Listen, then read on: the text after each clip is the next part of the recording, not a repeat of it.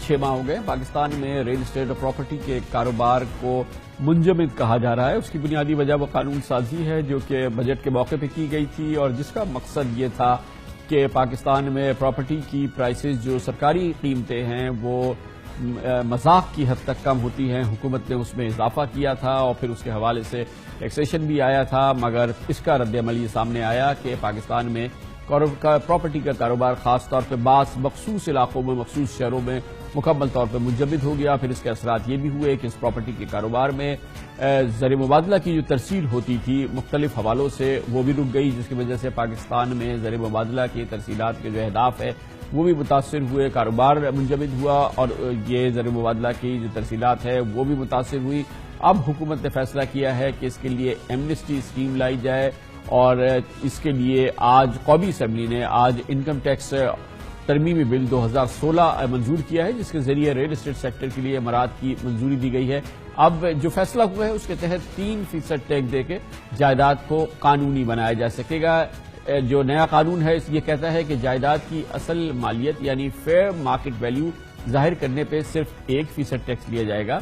जायदाद के DC rates और एफबीआर की वैल्यू के फर्क पर 3% टैक्स लिया जाएगा और ये वो शिक है जो कि दरअसल वजह निज़ा थी और अब क्योंकि इसको ये फैसला कर लिया गया है कि 3% टैक्स पर आपकी जो सरमायाकारी होगी इस कारोबार के अंदर वो वाइट हो जाएगी। इस तरह से इसको एमनेस्टी स्कीम कहा जा रहा है। ये भी कहा गया है आज इस कानून में कि कैपिटल गेन टैक्स और विद होल्डिंग टैक्स की मद में 1% टैक्स वसूल किया जाएगा।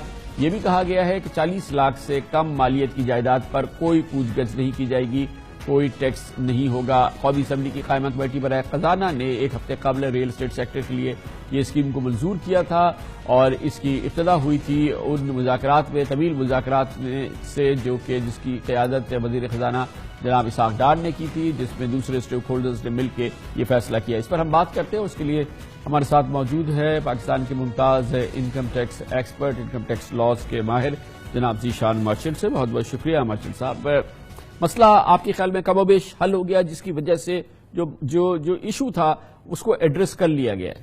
बिस्मिल्लाहिर्रहमानिर्रहीम। जी, काला धन को अब सफेद करने का एक तरीका दे दिया गया है और इसको आप एमनेस्टी स्कीम ना कहें, अब ये पार्ट ऑफ द लॉ बन चुका है, हमारे एक ऑर्डिनेंस का एक हिस्सा बन चुका है। एमनेस्टी स्कीम जब भी आती है वो मखसूस मुद्दत के लिए आती है, लेकिन जो ये अब एक लॉ का हिस्सा बन गया है तो अभी परपीचुअल सक्सेशन में चलता रहेगा, यानी लामहदूद मुद्दत के लिए ये एक लॉ बन गया है।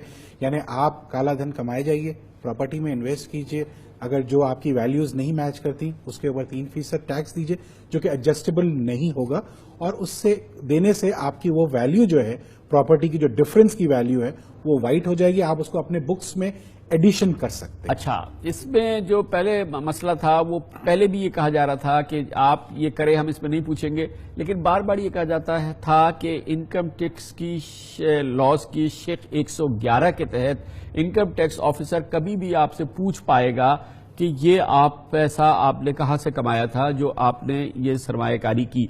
लेकिन अब क्योंकि कानून बन गया है, आपने इस पे 3% टैक्स दे दिया है, ये एक सवाल अब आपसे कभी नहीं पूछा जाएगा। जी, इनकम टैक्स ऑर्डिनेंस की 111 की शिक को अमेंड किया गया है। इसमें 2 नए सब क्लॉजेज ऐड किए गए हैं, जिसमें इस शिक को ऐड किया गया है कि जो डिफरेंस है, यानी अगर मेरी प्रॉपर्टी की एफबीआर की मुकर्रर करदा वैल्यू 15 करोड़ है और मैं रजिस्ट्री 5 करोड़ पे कराता हूं, तो जो 10 करोड़ है जिसका मेरे पास अगर कोई सोर्स नहीं है तो उस 10 करोड़ पे मैं 3% टैक्स दूंगा और वो 3% टैक्स मेरा एडजस्टेबल टैक्स नहीं होगा। वो टैक्स देने के बाद वो 10 करोड़ जो है मैं अपनी बुक्स में वाइट कर लूंगा और उस प्रॉपर्टी को 15 करोड़ पे डिक्लेयर कर दूंगा और वो पैसा जो है उस पे कोई सवाल नहीं किया जाएगा। इसका एक मुस्बत पहलू भी है कि इतना बड़ा सरमाया, इतनी बड़ी इन्वेस्टमेंट जो है बहरहाल डॉक्यूमेंट हो जाएगी और वो डॉक्यूमेंटेड इकोनॉमी का हिस्सा बन जाएगा। इसका कुछ असर शायद हमारी जीडीपी पे भी आए। कुछ है इसकी पॉजिटिव साइड? देखिए, अगर पॉजिटिव साइड को देखना चाहें तो जरूर आप जो कह रहे हो बात बिल्कुल सही, लेकिन ये डॉक्यूमेंट तो आज से पहले भी होता था लेकिन कम रेट्स पे होता था। एफबीआर में फेयर मार्केट वैल्यू का कॉन्सेप्ट पहले भी था लेकिन वो उस तरीके से इस्तेमाल नहीं हुआ जिस तरीके से होना चाहिए था। बहरहाल अब एक मुस्बत जो है वो बिल्कुल पहलू ये है, लेकिन इसमें ये देखना चाहिए कि वो टैक्स पेयर्स جو آنےسٹلی ٹیکس دے رہے تھے ان کے لیے یقیناً یہ چیز جو ہے ہرٹ ہوگی، وہ ان سے ان کا جو ہے مورال بھی ڈاؤن ہوگا. لیکن ہاں دوسری طرف یہ ہوگا کہ جو ٹریڈنگ ایکٹیویٹی بالکل رک گئی تھی اب وہ دوبارہ چلنے لگے گی اور ایف بی آر کو کچھ نہ کچھ ٹیکس اس سے وصول ہونے لگے. اور ظاہر ہے کیونکہ وہ ٹیبل تو اوپر کر دیا ہے، اب اس پہ 3% ٹیکس ملے گا تو ریونیو کی جنریشن بھی بہرحال ہو جائے گی. ہم اور آپ جیسے ٹیکس دینے والے ہمارے تو آنسو بہتے رہیں گے، اس کا تو یہاں فی الحال علاج نہیں ہو سکتا کیونکہ لوگ 0.06%، 0.03% بھی دینے کو تیار نہیں ہے، 1% بھی دینے کو تیار نہیں ہے. 99% آبادی جو کماتی ہے وہ ٹیکس دینے کے لیے تیار نہیں ہے. کیسے اس مسئلے کا حل ہوگا؟ یہ مودی سولوشن ٹائپ کچھ آئے گا جب ہی مسئلے کا حل ہوگا؟ دیکھیں ہمارے پاس، ہم آپ کے پروگرام میں پہلے بھی ڈسکس کرتے رہے کہ ول جو ہے گورنمنٹ کی نظر نہیں آتی. جس دن گورنمنٹ نے ول یہ ڈیسائیڈ کر لیا کہ جی ہمیں ان ساری چیزوں کو ختم کرنا ہے تو کوئی وجہ نہیں کہ ایف بی آر کی فورسز نہ کر سکیں اس کو ٹھیک. اور یہ میں دعوے سے کہہ سکتا ہوں کہ کیپیسٹی بالکل ضرور ہے ان کے پاس، لیکن جو انفورسمنٹ کا عمل ہے اس وقت ایف بی آر میں وہ کچھ حد تک کم ہے. ایفرٹس کی جا رہی ہیں ڈفرینٹ زونز میں، ڈفرینٹ آر ٹی اوز میں بہت زیادہ ایفرٹس ہو رہی ہیں اور میں یہ سمجھتا ہوں کہ اس کا ریزلٹ بھی آئے گا. لیکن جب آپ کی ول ہوتی ہے تو آپ ضرور اس کو کر لیتے ہیں. یہ ایک اقدام ضرور ہے کہ اس سے ریونیو ضرور انکریز ہوگا، لیکن ایک سرٹن کلاس کے لیے وہ فائدہ مند ہوگا، ایک سرٹن کلاس کے لیے وہ نقصان دہ بھی ہے. بالکل. بہت بہت شکریہ جناب ذیشان مرچنٹ ہمارے ساتھ